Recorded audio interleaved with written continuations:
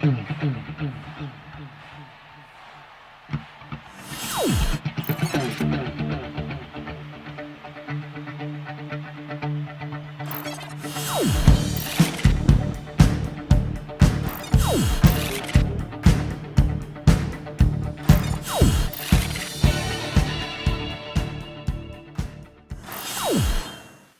guys, welcome to the second SCTV.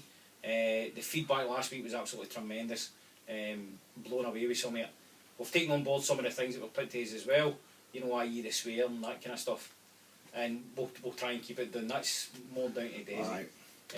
Check your stains was a big thing last week. And, I know, think it was down I don't know about you out there, but to me, I thought it was brilliant. Feedback I got was amazing. Couldn't fault it. But as you can see now, I'm afflicted because of my statements for last week. So for Friday night we'll lose, that's because we've got some lubricant down there, because I don't know what it is tonight, but I just don't know, no need of lubricant tonight. Guys, tonight's guest, Willie McLaren, Eastfield star, he'll tell you about himself. And Brian McPhee, former professional football player who ended up coming down and playing amateur and playing over 35s ways. Welcome guys. Cheers. Willie, tell us a wee bit about your team and yourself. Well, we're a team for the East End. Started up in Brighton about 2011, September 2011. And it was just a kick about, just kicking a ball about in the grass, and we heard about it Sunday Central. The boys thought we'll get a couple of games going, challenge ourselves and see where it goes. And then obviously I put everybody else first and started a team for there. So what we done is we started after the Cran Hill League, the redevelopment league we had, I think it was like August to December, to get a taste of the competition. We get beat every week, stuff like that, but nothing's we changed, progressed. right? No, nothing's really changed, to be honest. And then obviously we took it on board and we heard about Sunday Central and we started up in, I think it was 2012. We've been in ever since.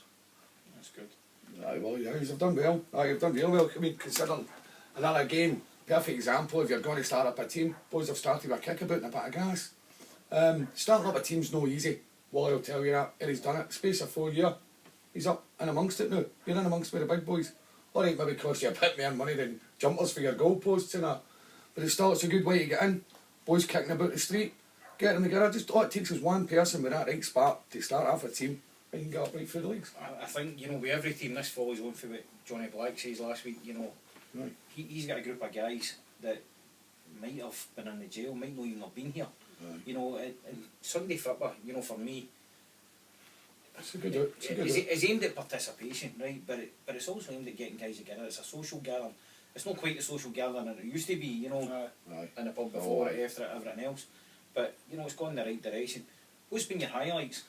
To be honest, when you're talking about earlier, like, getting people off the street and stuff like that, we took two boys who had been in jail for murder. You know, at a young age, done something stupid. Didn't play them in the back, did you? No, no. They done something stupid, and obviously we took them on board and gave the guys like a kind of a new start in life. You know what I mean? They came out, they never had anywhere to go, they never had a job.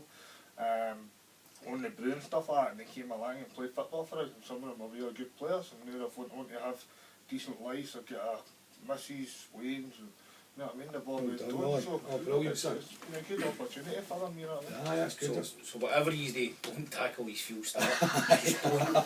Just don't. I just watch your P's and Q's run about them and all. Brian, yourself, tell us, you know, the kind of who you play with. It's only a half-hour show, so. Right, okay. I started off at Queen's Park. I was there for a couple of years. What age were you when you were at Queen's Park? 22. Before I started, I was a what you call a late developer. I'd never had any aspirations to become a football player, none at all. And what happened is I moved there, this end of the city.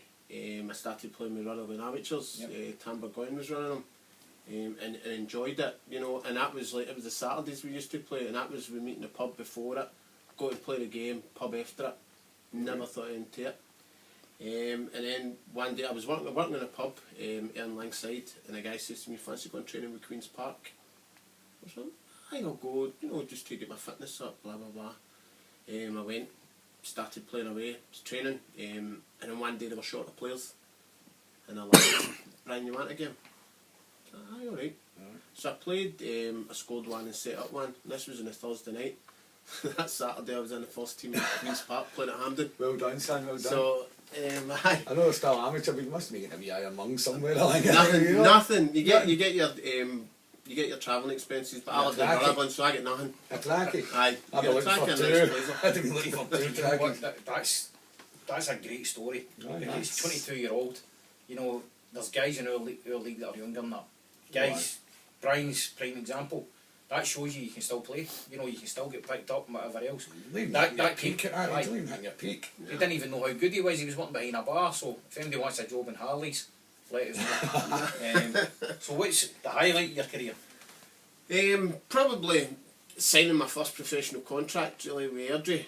You know, that way you're sitting and you try and take it in, you know, being a guy, come from Royston, you know, I was working in a fruit market, you know, I lived in a scheme like everybody else, you know, and I'm like that, and I'm just sitting doing it.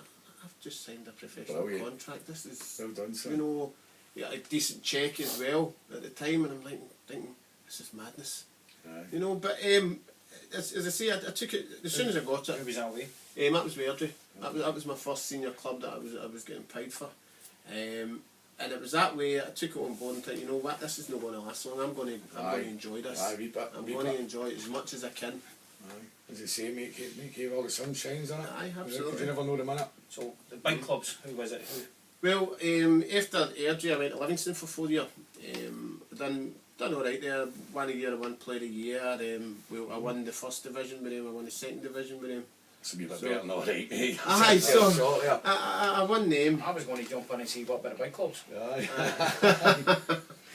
And then I went to Hamilton as well. I get promotion with Hamilton as well. So everywhere I've played, I've enjoyed. Put it that way. I went back to Airdrie again and went to Dumbarton. There was a chance to go to Hibs, wasn't it? Aye. The story behind that was I just finished my 2 year at Livingston, and I wasn't going to sign again. I went elsewhere. I went out to Holland. I went out to Den Haag, wanted me to play there, but I got homesick and came home. I went and played for Skoda Zanti in Greece. I don't really talk about this a lot, but I've done a hell of a lot. There you go, and it's But, good to fees, aye. I went out to Greece as well. With You still get Skoda Zanti. contacts earlier? Right, I don't know how much you get out of the hole in the wall. I'll be going, I think $5 a limit out of that hole in the wall there. So it is, you know. Aye, so Just think that maybe I solved their debt problem. aye, maybe. So I went out to Greece. Was that? Or your own debt problem? Aye, one of the two. I didn't enjoy it. I was homesick. Glasgow boy was like, I need I know home. exactly where you're going. I was like, I need him. So I came back home, and the day I came back, I signed my contract for Livingston, and then the following day, Billy McNeil phoned my agent and wanted me to go to Hibs, but that's just one of these things. I wasn't bothered. Brian, I'm not being funny. Guys, Brian's a mate of mine, and I've known him for a long time. I'm standing up, like, you know, most of these knobs involved with the SCFA, so I'm up at Livingston for some of the cup finals and whatnot. I go to Livingston's toilet. I'm standing there doing what you do, and I look up and there, Big McPhee standing looking at me, staring me right in the face. Plastered everywhere. But everywhere, you know, we can I go all over. I'm involved with Gart Cairn Juniors now, I'm up at Airdrie and whatnot. This guy's treated like Henrik Larsson. Aye. He really is. I would have put us in the same steady. I'm involved with the way you're treated with the Airdrie fans, with Ah, the they've no Livingston forgot fans. you. See, No, the no, thing no, is, no, Alec, I think you've got to remember, see when people say these guys pay your wages, they do. You know, and you treat them with that wee bit of respect. It's all the difference it makes to that person just for me to say, how you doing? Or you know, that's it. even on Facebook, oh, happy birthday, and you get messages, oh, I can't believe the legend Brian McPhee said it. No, that's good. To me, it's no Thanks big if you deal. called It's yourself a like, legend, because I wasn't but getting do you know what? I never call myself either. I say I legend. know, I'm a legend. I'm yeah. sitting there like that going, I'm thinking, I think I might ask him for his autograph one night. Sure I was, but I think I was drunk. Do you know what his phrase is? Google me. Aye, Google me. Good, Google good, me. good. Nah. But, But Well, I no, was just, see what you're saying, it's, look, see if, for you still being in that category, held with their fans and that, it doesn't matter what level you're at. I mean, you know I'm involved with the Dynamo up there. See some of the boys that walk about the street, you can see the wee guys at 12 going, that's a guy that plays for the Dynamo, that's a guy that plays, and that's only a Sunday amateur team. Really? So I can see your point, what about the street yourself, I'd still be but looking for a it bit of makes- home. I mean, darling, do you know who I'm at? No, it makes all the difference to the players. Is to me personally, it makes a lot of difference to the guys that you see in the street and stuff, and saying hello to them. I was never one of these players that that thought I was above anybody. I remember where I came from. I could be back down there in a minute. Right. So it's always good for kids that are playing football to go, listen, just you've not made it quite yet. Aye. Just See, in fairness, we were up that Airdrie Legends game, Mhm. and I was managing it. We won about 15-0, but I let him manage it. I should have been there by the way, because I built this Chisbeak Celsius soda. Well, I done 2 blocks of toilets in the I away don't end. think That's true, by the way. I don't think it's called that now. I think it's called the Lego Stadium or something. I don't There know. we go. But As long as it's not the Tony Macaroni at one of your old clubs. I was still there the other night, I couldn't believe it, man. Tony Macaroni Stadium, man. But I heard the pastor's not even that good. I got a piece of the ice in there. Oh, well done. Sorry, apologies. Have a break, take off for an advert down there. No, there was a woman making a cake. There's a charity thing he's doing which we'll talk about later on. But there was a woman made him a cake and there was people coming down and honestly, the difference it made to him was unbelievable. I mean, that was the first time I'd really experienced that. Yeah. I know we've been about a lot of other places, but that was the first time I'd experienced that with you. And Brilliant. you made their day. And I'm sitting going, but It's next Brian. nice. That's Exactly, all right, and that's the way I look at myself as well. I'm Brian. Don't you have people like, don't you have people, Brian? So you're lying. So Willie, do you get any of that? I put everybody else first, so I get that. Oh, Only when he's standing outside the sweet shop in Brighton with a big wad of notes. let's The not team do fun. that. Listen. On that note, we'll go to a break and we'll come back with Rule of the Week. Thanks very much.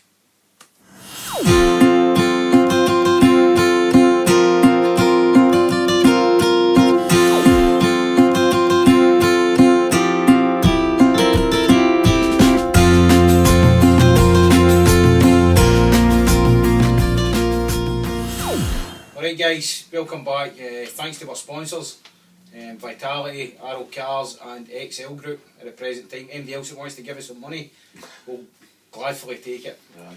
Rule of the Week guys, that's where we tell you a rule in plain English so that you get it. Right, this is Scottish Cup Week coming up, our Sunday trophy, as it is in the Sundays. Guys, trialists only permitted whatsoever in the Sunday trophy. They're not permitted in any cup games. Bear that in mind. I can't make it any more plainer. They're only allowed in league games or friendlies if you play them. Any cup games whatsoever, no trialists. Alright guys, the usual stuff with your Sunday trophy, phone in the results or the text comes out to you, get that in. Make sure you use corner flags, everything else. Best of all, go out there and try and win, especially if you're through your league. Go out there and get it won for us. Try and get as many people through to the next round as we can. Scottish Cup football after Christmas, it's a possibility. It's all about what you do this Sunday. And get your fans out to back you as well. Thanks very much guys, that's Rule of the Week. All the best. Hello, and welcome back again to Talkin Baws. Well, you know, we always have a serious part of the show. Well, we always have a funny part of the show. I mean, we try to make more fun than anything else, as you'll have noticed, even though we did some serious bits. But this is my favourite part of the show, where we get to talk to teams and talk to players, individuals throughout their teams that have experienced funny things and see wee quirks about their team and that. The thing I was going to ask tonight, I'm sure there's a million of these funny stories. Well, we'll start with yourself, we don't mind it. What's the funniest thing you've ever seen happening or occurring in a dressing room? Anything like that? It's got to be at the end of the season when we won the league. We're playing away to Carsyth. I put a bus and all that on to all the bands up to the last game of the season. And we won the league. We won 3-1 that day. And I applauded us. Was it the decider? Aye, big game. Aye. Brilliant, We've yeah. never beat the team. We've never ever played them, like beat them, and a draw the 2 games. We threw away 2 games, so it was the last game decider. So big day for myself, but we go back to the changing room, we're all celebrating, and the boys are all doing the huddle, and I'm standing there, I'm laughing, and I'm going like, both of them are all Fulham fans, you know what I mean? Some of them go to Ibrox, some of them go to Talkin, and they're all. So the good inspiration, and then I looked to in the corner, and I saw, I'm like, what's he doing? And it's my captain, he's all up naked with his trophy standing like that. His captain armband on the photograph of the player. That's got to be. What division were you in last year? 2D. We don't have a 2D this year. There's a reason for it. Aye. Never get a trophy back. I don't know if It's I only want it got one back. hand on it. Aye. Listen, for you last week with your hand to him this Aye, week, you're a trophy. you're a trophy. Aye. You know? Is that the man up there or no? Do you know? Is that- No, Brian, yourself, what's the, you? I mean, you must have seen some belters. I have. You don't need to mention names. Right, I'm not going to mention names, and it didn't happen in a dressing room. Right, this was we were in Edinburgh, nice fancy restaurant for our dinner, team night out. So we went for our dinner first. So we're all sitting. Somebody disappears, comes back, in an old woman's outfit he'd bought in a charity shop, you know, and opens it up, and it was bollock. It just screams ah, and runs back out. So we're all sitting there, you know. He's gone, what's he doing? What's he all about? The next thing he comes back, normal gear on, he's sitting. Everything's all quiet. We've just ordered our starters, and the waiters are in. All everything okay, sir? Aye, everything's great, thanks. And the next thing he's like, "Where? Give me a minute." He says, "Can you just cook it? Ain't that one?" And, "Oh yes, sir. We'll make a great effort to cook it." And what's the days? He puts his phone under the table, pulls a box out with a budgie in it, throws it. But I must say, no budgies were harmed. Just so you know. Was this in your professional days? This is my professional days. You never told me you played with Gaza. So some of the things that we get in one of these dressing rooms and that are worse than what Gaza done, I'll tell you. One of mine is just, it's not so much a funny thing, it's just something I've noticed recently. I was in... if it's not funny, don't tell us. It wasn't a funny account, it was just something funny that I seen. Like, it's something, I mean, everybody knows, I don't know if you're familiar with the programme Jackass. There was a guy called Steve-O, and he used to play a trick on people, and he'd walk up to them and bet them a tenner in a bar. They'd have their name, your name, on his bum. I wouldn't really swore there. So, but he used to win money all the time because he would pull his trousers and it says, your name. So recently I was in a communal changing room, I'll not tell you what five-a-side establishment, and there was a boy in the communal changing room at groceries, and just I've looked up, I've caught the satanic verse hanging out, and I've noticed on his cheek, and I tried to read it. Satanic and it says his name and all. And I'm like, his name and all? And it wasn't until I turned around I seen your name and his name and all on it. And it was A-N-E-W, something. That's brilliant. So I'm booked in for my new tattoo on Friday. And I've heard it's right sore in that bit. What about yourself? You must have a few. Oh, tons. I mean, the one doing the rounds now is, you know, nailing the flip-flops to the floor. Oh, as soon as somebody goes in, it's straight out. But getting back to Fernhill days, Big Stevie Loudon. We were actually talking about it. We were out on Sunday night, we were talking about this, and I told him I was going to bring us something to the show. Oh. And so he's gave you clearance to use it? He's gave us clearance to use it. Good. You know how you always, maybe not so much now because we were talking last week and they've all got their exfoliators and all that kind of stuff. But previously, I don't know if you'd have got this in the professional stuff or not, but there was always that one guy that turned up with no shower gel and no soap. Stinky Pete. Stinky Pete. He'd sit next to you if you had your soap bag, he'd sit next to you, alright mate. We had number 22 or something like that. Alright pal. We had three guys like that, you know, with Fernhill, and every week. They only just turned up for the show. Aye. You know, they were stealing somebody else's shower gel. Big Stevie, me and him, the stories I could tell that me and him got up to, only for television, and that probably along the line of what Brian says earlier on. But Stevie put food colouring inside a Lynx bottle. Oh, brilliant. And these guys went in, anybody get any shower gel? Oh, yeah, it is there. Papa Smurf arrived. It was blue food colouring. Now, two of them were covered, head to toe in it, and the other one's sitting, he's putting his hands and he's looking at them going, What the hell's happening with these? oh! Papa Smurf came about, but that's, for me, that was one of the funniest ones. Tons of. I just hope everybody out there in football land doesn't take any of these in. We'll have to give a disclaimer in there. Hold on, disclaimer nothing. Guys, I mean, honestly, if you've got any other ones, please let us know because we'd be glad for everybody know about them. Guys, we're going to go another week in a break, but what will be coming up is last week's results. Thanks.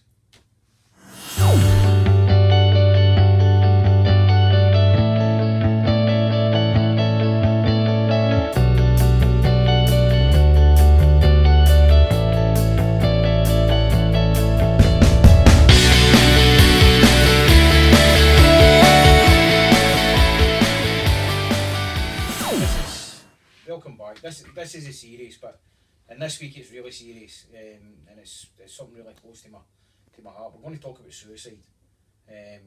Suicide is, you know, it's out there. You know, there's a lot more people it's affected everybody, right? There's no many people here, is it? Obviously, just I know the cameraman, he's been affected there, but who are us four? Oh, aye. Myself, Willie. Well, there you go, guys. 4 out of 5 ace here have been affected. That shows you how prevalent it is. From my own point of view, it was my mum that done it.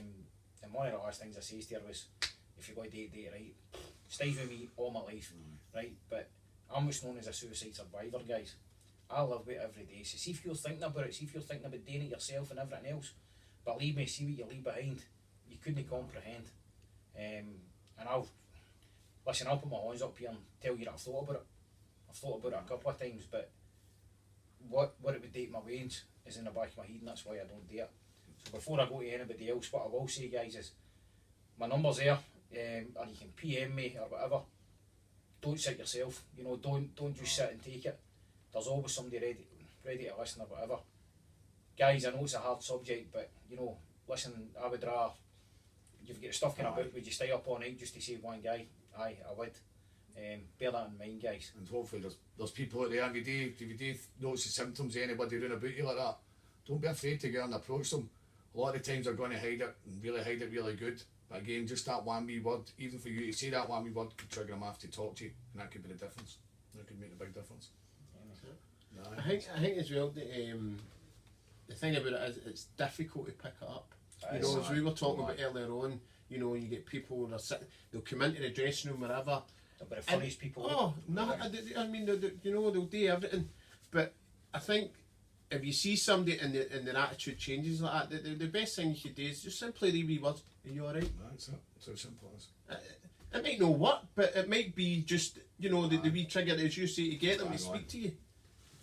I'll tell you another wee story. About 3 months ago, I was passing by Shawfield Bridge, and there was a guy climbing a wall across from the police station.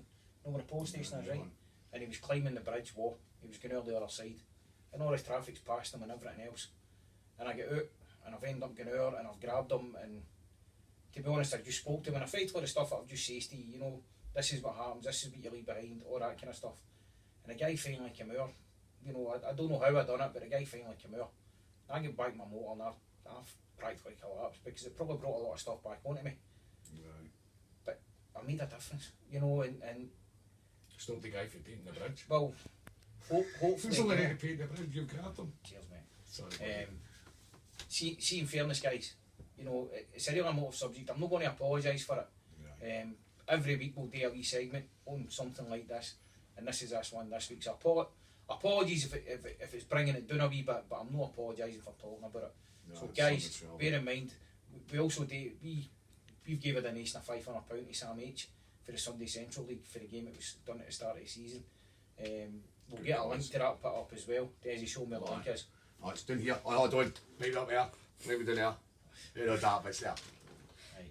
So guys, if in need, you know, it's there for you. I think as well, like the most important thing about that is these guys that come into the dressing rooms, if they realise themselves, they're no, you know, they don't need to be the man all the time. You know, see if they just turn round and go, listen, I need to talk to you. It's a big step. It's no an embarrassment, because I bet you there's not one guy in that dressing room would laugh at it if they found out about it. You know, they would be needed. They would be like, Brian, see what we say here. They're 4 out of 5 has been affected by it. So you know, much as people might make a wee laugh and you know try and laugh it off, that I mean, that to be honest, that's them scared of it a wee bit. Aye. You know, which isn't a bad thing either, because it's Right. it is an emotive subject, but you know that's Sometimes the best cure for it is the difference you make. See if you talk to a stranger. It's amazing what you can pour out if you talk to a stranger. But it's got to be somebody again that's willing to listen. that's If we just all it. look Aye, ears and no listen, judge. that's what it is. No judge. guys. Thanks for listening in that one. We'll now go to another wee break. Thank you.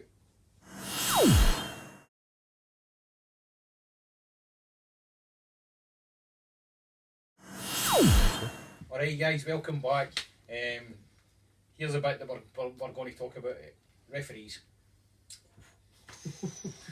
I'll get my coat. I'll get my coat again. Every week I say I'll get my coat. I don't know if that last word would have been bleeped out, but it was referees.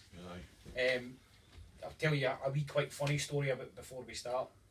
I used to get booked before the games. The referees used to come in, Dom Ballet and whatnot, the referees used to come in and book me before a game, so I was So I got to know them all. It was the easiest way for me to do it. Guys, the one thing is you'll never beat a referee.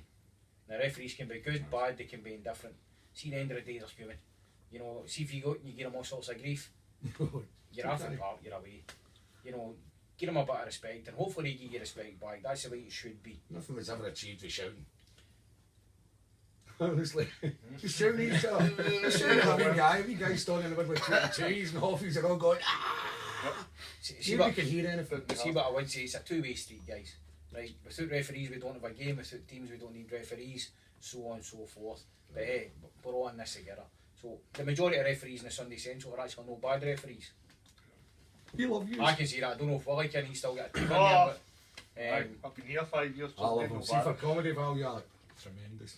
Tremendous. But hopefully the referee on a couple of weeks I spoke to him, Stevie Fox.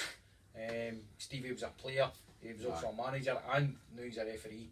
I know there was quite questioned his mother and father and whether they were or not, so, I'm sure Big Stevie will like that. aye. We came into the first referees meeting the Sunday Central and the referees booed me when I walked in, so that kind of tells you where we're at. Willie, any thoughts, any good, any... Do you know what, probably better not go on to Willie, but... It's an easy word to say. Referees, got Willie. words, no I comment. just think it's the way you speak to each other. I think it's if obviously there are a lot of managers out there have got a lot of responsibility for their players, and if the boys are learning their discipline, then obviously they'll be approaching the referee the right way. The same from the referee's point of view, they go to bounce off each other. A lot of referees will come up and start a game and they'll build a bit of rapport, they'll have a crack a joke, maybe slag you and have a wee laugh. Some referees maybe just go by the book.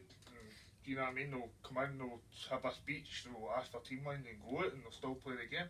It's just a bit of both. Both teams need to, referee side and players just need to kind of, I think we need to work on how we communicate with each other. That's a good shout, See, the thing is, you know, every referee's different, especially at amateur level, every referee's different. Brian, I'll come on to you in a minute.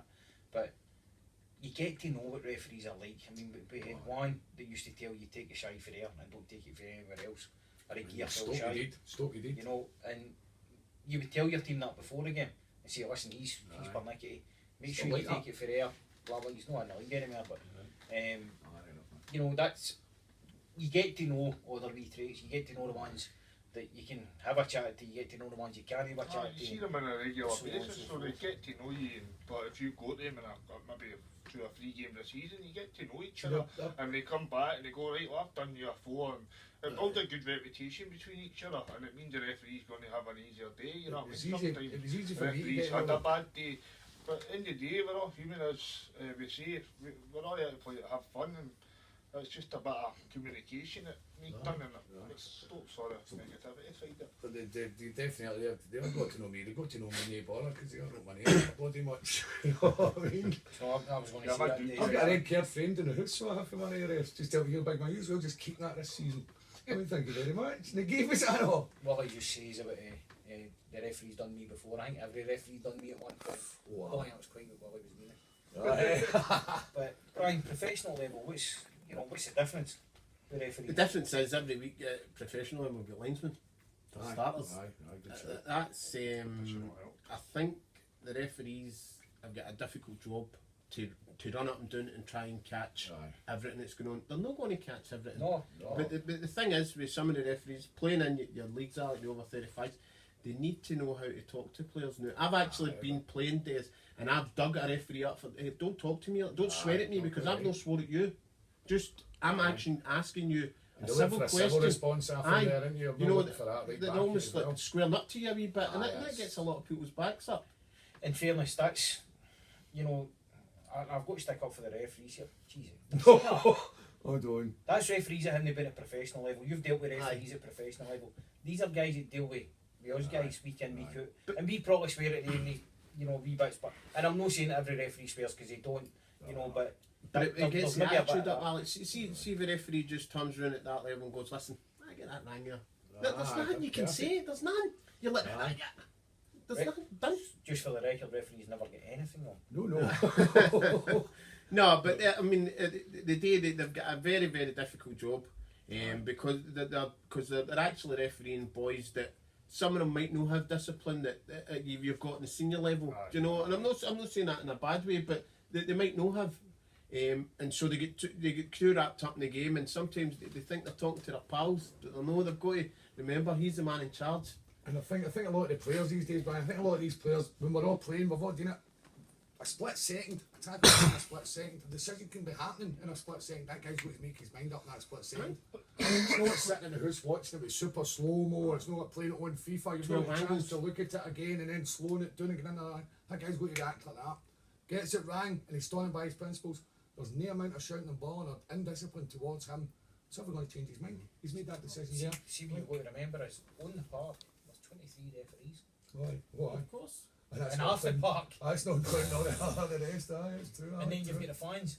Then you've got the fans, And even at professional level, Brian, I mean, we look at some of that stuff and I'll have a different view for you have and you have. But see at that level, the referees, they turn around. First of all, they call you by your first name, right? It's no hey you. You know, you're thinking, it's like, right, Brian, come on. And then if they do get something wrong, they'll actually, maybe 5 minutes later, oh, Brian, I got that wrong here, sorry. And you're like, big enough to pour. You know what? I respect up in a pour. Oh, absolutely. Although, in fearness, there is quite a few referees that would do that. I've got to know them all. There really are several. It depends again what you talk to them. There's one magic word you can say, and that's sir. Say sir to them, they're fine you. Fine you. It's only just on a bit of respect. That's it. If you just go up and ask them, Des, go, listen, what did you see there? What did you see? Tell me why you made that decision. Do you know? Did you walking up and calling him every name under the sun? But then you get somebody, I mean... But do you know how that could be hard? Because whatever way he interprets it, you then maybe come back to him. Now, you might be different for Willie, might be... He's already given you an explanation. But if you then continue and keep going, well, listen, son, I've already said what I've said. Listen, Alec. No, son, because that's derogatory right away. So it's that way. Listen, Alec, I've made my decision. I've given you my explanation. Let's move on. Like the game. You got a camp game. I done it with the referee there. Yep. The only problem I have with that is at our level, Brian, sometimes we don't accept that, and it develops into something else and something else. But that's sort of discipline then. So I you know, should. but what I'm saying to you is, you know, the referees just put the blockers up then because it works both ways. You know, if we they know we're going to continue. So what they do is they put the blockers up and just don't answer anything. They'll maybe talk to you after the game, but there's no point sometimes talking during the game. And as you say, it is about discipline. It's about discipline for everybody. Yeah. But listen, guys, respect the ref. Oh, absolutely. Hopefully, the referee respects you. That's right. You know, he's got a hard job. They have got a hard job. Only professionals in the amateur game, right enough. There you go. They're in it for a living again. I was going to say, I don't think they're in it for a love. Listen, guys, what will come up next will be next week's fixtures and the TV game of the week, which will be played at Glasgow Green at 12 o'clock. Will be a local derby.